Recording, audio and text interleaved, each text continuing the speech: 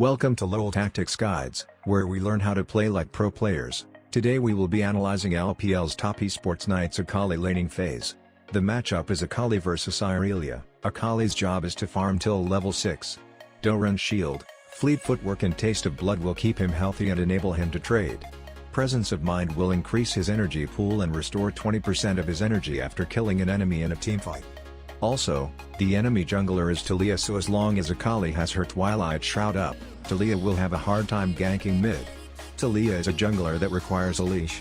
Camille already revealed top side, so we can assume Talia started bot side. The enemy bot lane's movement will reveal where Talia started. Fleet gives Akali movement speed, so Irelia backs off. He wiggles back and forth to threaten firing Q. He hits his Q but doesn't auto Irelia because he will take too much minion aggro.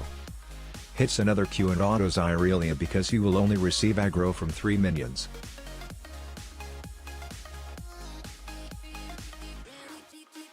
He punishes Irelia for autoing the minion and retreats immediately, so Irelia cannot retaliate.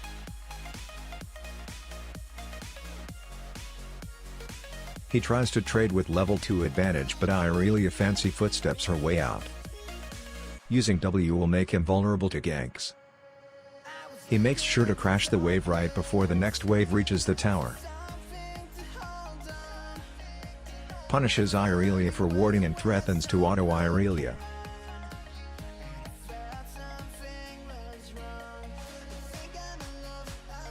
Since the minion clash in on the enemy side, the wave will naturally push towards Akali. Since his Twilight Shroud is on cooldown, he is vulnerable to ganks, so he plays cautiously. The enemy will use this window to look for trades.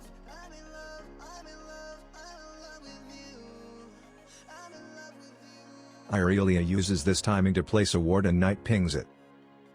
The next clash in on his side, since there are a lot of enemy minions, he can threaten to freeze. Irelia has to walk up in the danger zone if she wants to crash the wave. But since Evelynn is a weak until level 6 and Irelia warded, she can afford to walk up. Irelia uses this timing to potentially roam or back on a normal wave. Talia is spotted on the bot side jungle. Ashe's hawkshot reveals that red and blue buffs have been taken and that the wolf camp is up. But it does not give information about the romp. So either Talia cleared the scuttle or either she cleared the gromp. He shoves the wave to back on the cannon wave. Evelynn is clearing the scuttle, which reveals Talia's jungle path. Basing on a cannon wave will make you lose less CS, as the cannon can tank many shots. He eased to get back to lane faster. Irelia can't shove the wave, so she decides to last hit. This means Knight will lose very little XP. He watches what is happening around the map to collect as much information as he can. He knows Talia is bot side. Fortunately, he catches the cannon XP, which means he will reach level 6 before Irelia. Talia is also leeching XP, which means Akali is even more ahead in XP level. He challenges the enemies to a 1v2, delaying Talia's movement and buying time for his team. Calmly dodges Talia's skill shots. He just forced Talia to waste 10 seconds to fight and leech XP from her mid laner. He thins the wave and pulls some minion to threaten a freeze. Pulling minions changes the location of the clash. He drops a ward on his way back, even though he saw Talia go top side. The ward can spot Talia on her next clear or Irelia roaming bot. He 1v1s Irelia after dodging her E, slowly taking her down with Qs. Auto plus E2 to finish the kill. After every kill, you can deny CS by shoving the wave as fast as possible. Since the next wave is a cannon wave, it will take more time to shove and Irelia will miss less XP than if it were a normal wave. What is the fastest way to clear the wave? He tries to clear the wave as fast as possible by hitting multiple minions with Q.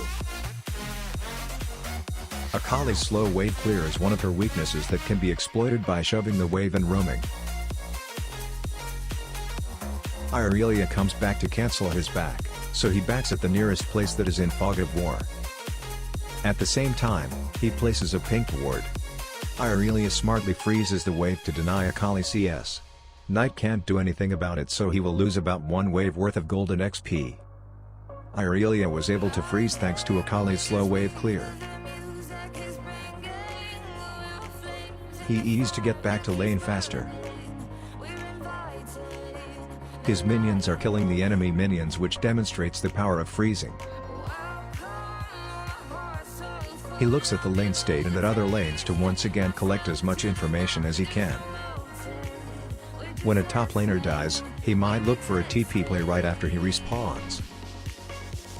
Anticipates Irelia's E by dodging sideways, kites backwards after hitting every Q and walks forward after leaving the circle. E's Irelia when she dashes towards him, W's to regenerate energy and stall for cooldowns. Irelia changes the direction of Akali's R1 by spamming Q on Akali. Knight quickly runs towards his team to escape.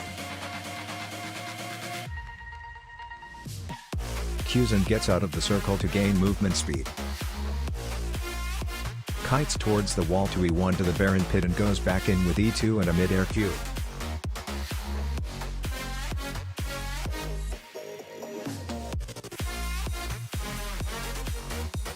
Anticipates Camille's W by stepping behind her. Secures the kill and immediately looks at the lane state. He can hold a freeze, but he is too low, so decides to shove quickly. Use as much minions as he can at once. Recalls on site to see if Irelia will agree to cancel his back. Irelia cancels his back, so his allies punish her. Proceeds to think if he needs to help. Decides to cancel his back and continue laning. At this point, he is just looking to reset as fast as possible. Camille chose mid so Jax can get top tower. His ult is almost back up, so he can look for a kill. Akali's ult cooldown is 100 seconds whereas Irelia's is 140 seconds, so Akali has a 40-second window to kill Irelia. R1, Q, W, and AR2. Once again, shove and reset. Laning phase is practically over. All the lanes are winning and it's only a matter of time before red team wins. Now, let's calculate the lead he built solely from laning phase.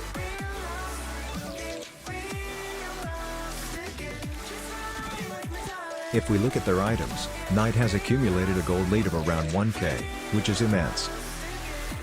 So, to summarize how Knight plays Akali: 1. He applies pressure without dying. 2. He kites towards his team whenever in danger. 3. He bounces the third wave by crashing the second wave right before the third wave arrives. Bouncing the third wave enables him to farm safely. And that concludes our video on Knight's laning phase. Thanks for watching, and make sure to comment down below what type of content you would like to see in our future videos.